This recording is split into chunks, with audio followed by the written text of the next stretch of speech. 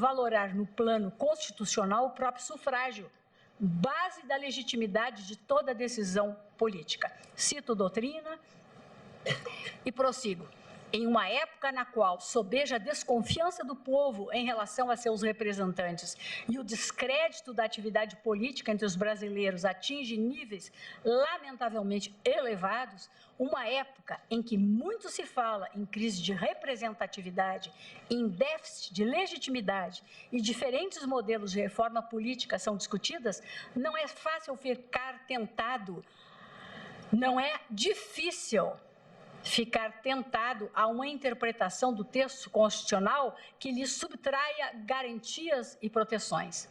Vale lembrar que a história universal é farta de exemplos de que a erosão das instituições garantidoras da existência dos regimes democráticos, quando ocorre, lenta e gradual, normalmente tem origem nas melhores intenções: moralidade pública, eficiência do Estado, combate à corrupção e à impunidade.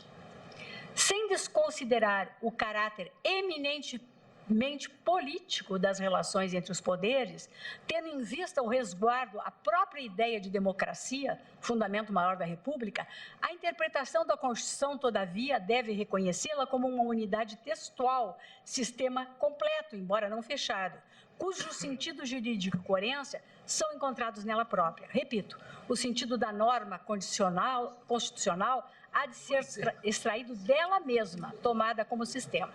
O poder criativo da interpretação do direito, efetuada pelo Poder Judiciário, encontra limites intransponíveis. Em primeiro lugar, na necessidade de manutenção da estrutura da separação de poderes e do princípio do rule of law, instituições íncitas ao regime democrático. Por esse motivo, a integração normativa deve ser determinada e legitimada por um comando constitucional expresso. A hermenêutica constitucional e normativa, enquanto técnica jurídica, não tem os olhos vendados para os desenhos institucionais afirmados na Constituição, que asseguram a própria continuidade da existência de uma república que se atribui a qualificação de democrática. E, em segundo lugar, há que considerar o fato de que a jurisdição se distingue enquanto atividade e justamente porque escorada na realidade do direito objetivo, por atrelar a ideia de verdade às suas afirmações, de modo que não é meramente potestativa nem sequer discricionária, mas está vinculada à aplicação da lei aos fatos julgados mediante o reconhecimento da primeira e o conhecimento dos segundos. Estou citando. Ao dissertar sobre a imprescindibilidade de cartas de direitos escritas para o bom funcionamento das democracias constitucionais, pondera o Justice William Brennan, que integrou a Suprema Corte Americana de 1956 a 1990. Se a experiência da América demonstra que proteções no papel não são uma garantia suficiente de liberdade, também deixa claro que elas são necessárias, particularmente em tempos de crise. Sem a âncora de um texto para as suas decisões, os juízes teriam de se socorrer de alguma teoria de direito natural ou de alguns supostamente partilhados padrões dos fins e limites do governo para combater a legislação violadora. Prossigo. Os espaços de discricionariedade judicial, quando admitidos, o que em matéria penal e processual penal assume áreas particularmente controvertidos, supõe, portanto, no Estado de Direito, a insuficiência ou insatisfação semântica da norma, ou seja, a presença na lei de expressões indeterminadas ou de antinomias semânticas, o que de modo algum é o caso com a máxima vênia do artigo 5º 57 da Constituição. Enfeixa ele um princípio, sim, o da presunção de inocência, como tantas vezes tem sido repetido, mas também enfeixa uma regra propriamente, uma regra específica, o que não se pode ignorar.